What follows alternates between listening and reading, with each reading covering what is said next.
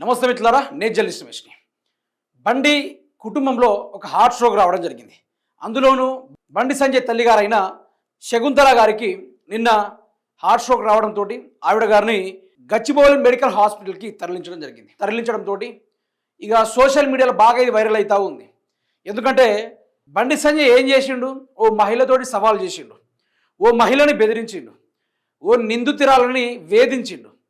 మీ అంతు చూస్తా, ఇక్కడ నుంచి వెళ్ళిపోండి, నా కొడుకు కాబోయే దేశానికి రాముడు శ్రీకృష్ణుడు అనుకుంటూ మాట్లాడిన బండి సంజయ్ ఈరోజు దిగొచ్చిండు. ఒక మెట్టు దిగొచ్చి సోషల్ మీడియాలో సింపతి గెయిన్ చేసుకోవడానికి వాళ్ళ తల్లిగారికి హార్ట్ స్ట్రోక్ అని ఈయన కొత్త పిఆర్ స్టంట్ని క్రియేట్ చేసిండు.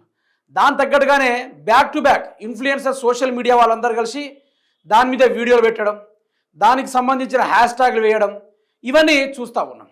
అయితే ప్రధానంగా ముచ్చటేంది మిత్రులారా అంటే, ఇప్పుడు మెడికల్ హాస్పిటల్లో మానిటర్ పరంగా చూసుకుంటే హెల్త్ అనేది చాలా బాగుంది, చాలా క్లియర్గా ఉంది. అందులోనూ ఇక్కడ ఎటువంటి ప్రాబ్లం లేదన్నట్టుగా మానిటర్లు అయితే మనకు క్లియర్గా కనబడతా ఉంది.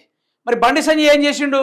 ఇదో ఇట్లాంటి ఒక తల్లిగారితో ఫోటో దిగి స్టంట్ చేసిండు. సరే, శకుంతల గారికి హార్ట్ స్ట్రోక్ రావచ్చు, రావట్లేదు కాదు, నేను వారిని కించపరచడం కూడా లేదు. మహాతల్లి ఆవిడ మహాతల్లి. ఇట్లాంటి ఒక అమ్మాయికి అన్యాయం చేసి ఆ బాధిత కుటుంబాన్ని బెదిరించేటోడు నా కొడుకని ఆవిడ గారికి కూడా తెలియదు.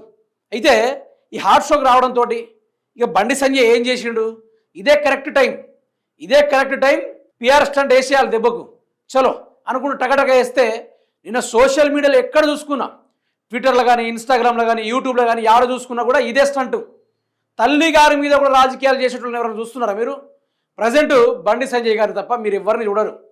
వాళ్ళ తల్లి ఆరోగ్యం బాగాలేనప్పుడు ఆవిడ గారికి హార్ట్ స్ట్రోక్ వస్తే దాన్ని కూడా సోషల్ మీడియాలో ప్రచారం చేయించుకొని ఎవరికైతే ఈయన 300 కోట్ల దాకా ఖర్చు పెట్టాడో, ఏ సోషల్ మీడియా మీద అయితే ఈయన ఖర్చు పెట్టాడో ఆ సోషల్ మీడియాలోని పిక్స్ మొత్తం తిప్పేసి వారికి సాయంత్రం కల్లా మూటలు అందించి ఈ యొక్క స్టంట్ని క్రియేట్ చేసి ప్రజల్లో మంచి సింపతి గెయిన్ చేయాలని చెప్పి ఈయన కొత్త డ్రామాకి తెరలేపిండు. అలా తెరలేపిన పాపానికి ఏం జరిగింది మిత్రులారా అంటే, నేటిజన్లు ఒకటే, దాని కింద కామెంట్స్ ఓపెన్ చేసినా, ఏ సెక్షన్ ఓపెన్ చేసినా కూడా బండి సంజయ్ తల్లి మీద రాజకీయాలు బంద్ చేయి, నీ పిఆర్ స్టంట్ బంద్ చేయి, ఇట్లాంటి దిగజారి రాజకీయాలు ఎక్కడ కూడా చూడలే. అవునంటే హిందూయిజం అంటావు, రాముడు అంటావు, సనాతన ధర్మం అంటావు, లేదంటే మా అమ్మ ఆరోగ్యం బాగాలేదంటూ ఇదా నీ పద్ధతి అనుకుంటూ నేటిజన్లు చాలా వరకు పుకార్లు చెప్తా ఉన్నారు. ఒక్కటి ఆలోచించండి, ఒక్క మహిళతోటి నేను కొట్లాడతా అని చెప్పేసి ఈ భారతదేశ చరిత్రలో ఏ మొగోడైనా దిగిండా? అట్లా దిగినోడు ఎవడన్నా బట్ట కలిసి ఎవడన్నా ఒడ్డెక్కిండా? ఎవడు కూడా ఎక్కలే. మహిళతో పెట్టుకున్నాడు ఎవడు బాగుపడలే. అందులోనూ సనాతన ధర్మాన్ని మాట్లాడుకున్న ఈ వ్యక్తి ఈ బండి సంజయ్ కొడుకు, వాడో చెత్తగాడు, వాడంత పోరంబోకు మరొకడు లేడు. ఎందుకంటే నేను యాజ్ ఎ జర్నలిస్ట్గా మొత్తం డీప్గా వాళ్ళ విషయం తెలుసుకున్నా. ఒకరి వైపు మనం ఎప్పుడు మాట్లాడొద్దు. ఇటు తల్లి గారి వాళ్ళు కూడా తప్పు ఉంది. ఎందుకంటే ఇలాంటి ఇంటికి రానిచ్చుడు చాలా వరకు తప్పు, తల్లిదండ్రుల దగ్గర కూడా చాలా వరకు తప్పు ఉంది. తర్వాత వాళ్ళు పశ్చాత్తాపానికి గురయ్యారు, వాళ్ళకు కుదరలేదు, బెడిసి కొట్టింది, ఎక్కడన్నా విడిపోయిర్రు. మరి ఆడికి బాగుండాలి కదా. మరి బండి భగీరథ్ వీరి బలుపు చూడండి, ఆ ఫోటో సర్క్యులేట్ చేసుడు, ఇవన్నీ అవసరమా? వీడికి అవసరం లేదు కదా. మరి ఈరోజు మహిళతోటే నేను పంజాలాడతా అని చెప్పేసి బండి సంజయ్ గారు ఏం చేశారంటే, ఓ మహిళని చూడకుండా, ఓ బాధితురాలను చూడకుండా పినాయిల్ తాగి నా కూతురు 2 times అటెంప్ట్ చేసింది, ఒకసారి కోసుకున్నది, రెండోసారి పినాయిల్ తాగిందంటే బండి సంజయ్ మాట్లాడి ముచ్చాడిందండి. ఏం మాట్లాడతాడు? పినాయిల్ టేస్ట్ బాగుందని అడుగుతాడా? మనిషేనా? కడుపుకు అన్నం తింటుండా, గడ్డి తింటుండా? అట్లాంటి మాటలు మాట్లాడవచ్చా? బండి సంజయ్ ఒక హోంశాఖ మంత్రి అయి ఉండి ఆయన మాట్లాడే ముచ్చట్లు గీయనా? హిందూ ధర్మం ఇదేనా నేర్పింది బండి సంజయ్ గారికి? ఏదో బొట్టు పెట్టుకొని 4 గంటలకు లేచి శివాలయం గుడి చుట్టూ తిరిగి ఇదేనా ఆయన పాటించేది? పిఆర్ స్టంట్లేమో జనాల్ని పిచ్చోలు చేయడానికి శివలింగం చుట్టూ ఈయన తిరుగుతాడు. కానీ ఓ మహిళకు తప్పు జరిగిందంటే ధర్మం పరంగా నడవలేని ఈ మనిషి మహిళతోటి లొలిలకు దిగిన చరిత్ర బండి సంజయ్ది. నీకెవ్వరు ఓటాడు బండి సంజయ్ గారు? నీకెవ్వరు కరీంనగర్ ప్రజలు ఒక్క ఓటు కాదు కదా, లోటా కూడా పడదు నీకు. రాజకీయ భవిష్యత్తు ఖతం అయిపోయింది. దాన్ని ఎవరో ఖతం చేయాలని పకడ్బందీగా కూర్చోలే, నీ చేతులారా నువ్వే ఖతం చేసుకున్నావు.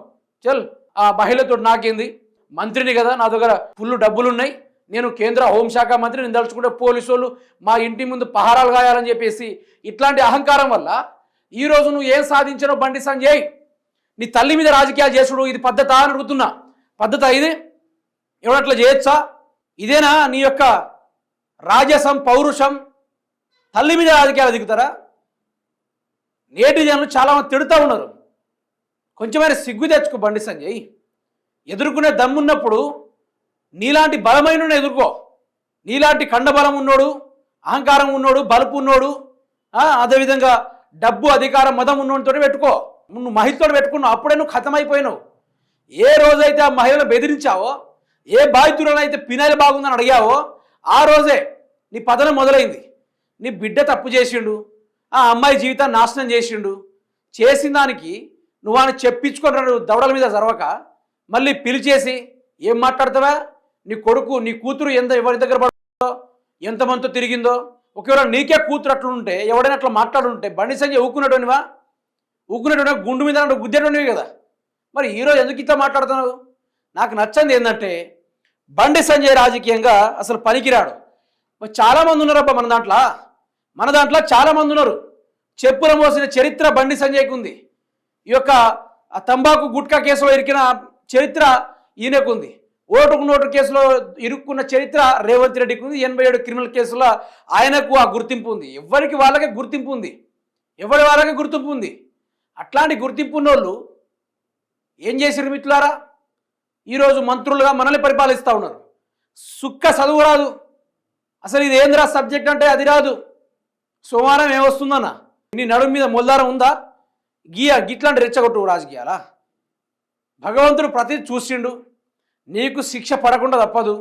నువ్వు ఏదో పిఆర్ స్టంట్ చేసి తప్పించుకున్నాను చూస్తున్నావు, కానీ ఏటుగా నిన్ను చేర్చాలి.